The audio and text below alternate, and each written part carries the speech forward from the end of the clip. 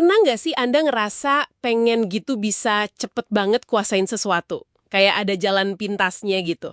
Nah, materi kita hari ini dari buku Mastery ya, plus catatan tambahannya.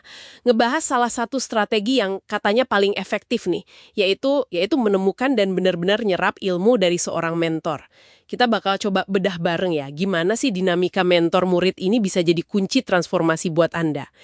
Jadi pertanyaannya, gimana caranya kita bisa benar-benar nyerap kekuatan dari seorang guru? Ya, yang langsung kelihatan banget dari materi ini tuh penekanannya di efisiensi. Betul.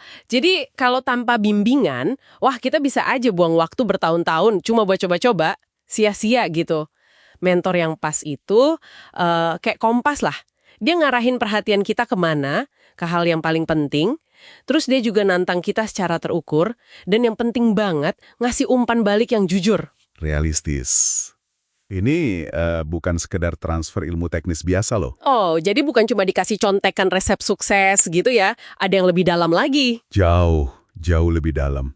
Jadi intisarinya itu justru di penyerapan cara berpikir yang efektif di bidang itu. Gimana ya jelasinnya?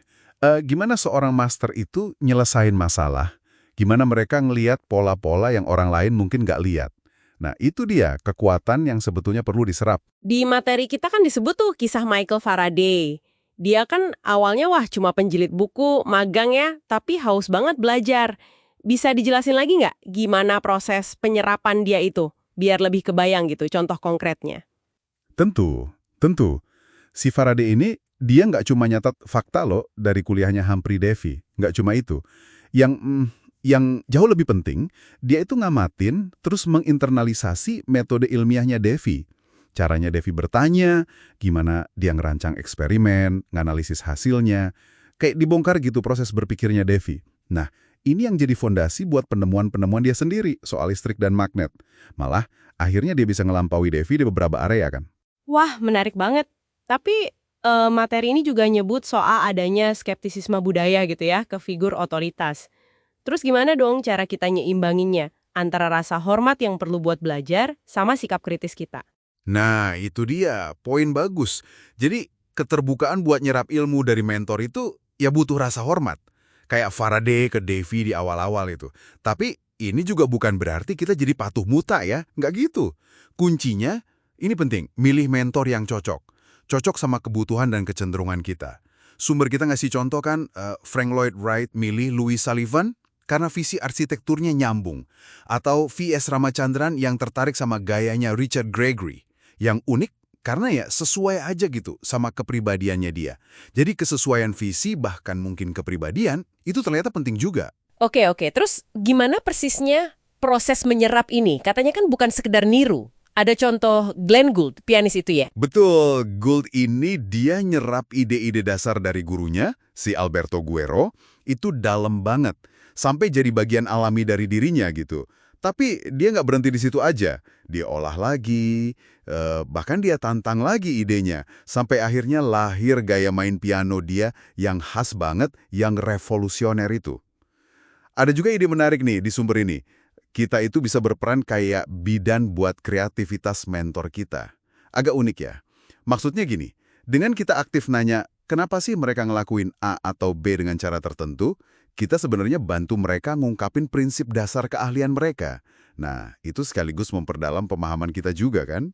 Ah, jadi tujuannya bukan buat jadi cloningan mentor ya, justru malah sebaliknya gitu. Tepat sekali. Tepat. Tujuan akhirnya itu internalisasi, terus transendensi, melampaui. Anda harus bisa bergerak melampaui sang guru. Kayak Faraday yang akhirnya ngalahin Davy dalam beberapa hal. Atau pelatih tinju Freddie Lodge, dia ngembangin teknik latihan yang melampaui apa yang diajarin mentornya, Eddie Fudge, buat ngejawab tantangan baru di tinju modern. Bahkan dalam tradisi Zen, kayak kisah Hakuin sama Shoju Rojin, itu pencerahan aja tuh bukan akhir. Selalu ada tahap baru lagi yang mesti ditaklukkan. Intinya sih menjadikan pengetahuan mereka itu jadi milik kita, terus kita bangun lagi di atasnya. Ini semua kedengerannya ideal banget ya. Tapi gimana kalau kita, susah nih nemuin satu mentor yang sempurna gitu. Ada jalan lain nggak menurut materi ini? Ada. Ada, sumber ini ngasih alternatif yang menurut saya cukup praktis kok. Anda bisa aja belajar dari beberapa mentor, jadi masing-masing isi bagian yang beda dari puzzle keahlian yang Anda butuhin. Atau, bahkan buku loh. Buku bisa jadi mentor sementara yang kuat banget. Ingat Faraday tadi, sebelum dia ketemu Davy, mentor pertamanya ya buku Principle of the Mind itu. Itu yang ngebakar semangat ilmiahnya. Jadi intinya buat Anda nih ya, mengadopsi pola pikir observasi yang mendalam, terus penyerapan aktif. Dari siapa aja di sekitar Anda yang punya keahlian atau cara berpikir yang Anda kagumi. Oh, jadi nggak harus hubungan formal banget ya buat bisa menyerap itu? Kan, yang kayaknya disiratkan banget sama materi ini. Fokusnya kan tadi di penyerapan semangat, proses berpikir, pola pikir, bukan cuma tekniknya aja. Jadi pertanyaannya mungkin gini, pola pikir fundamental apa ya yang bisa Anda amati dan serap dari seseorang yang Anda kagumi? Entah itu atasan, kolega, mungkin tokoh sejarah, atau bahkan karakter dalam buku. Apa yang bisa Anda serap untuk mempercepat perjalanan Anda sendiri menuju penguasaan? Itu mungkin yang perlu dipikirkan.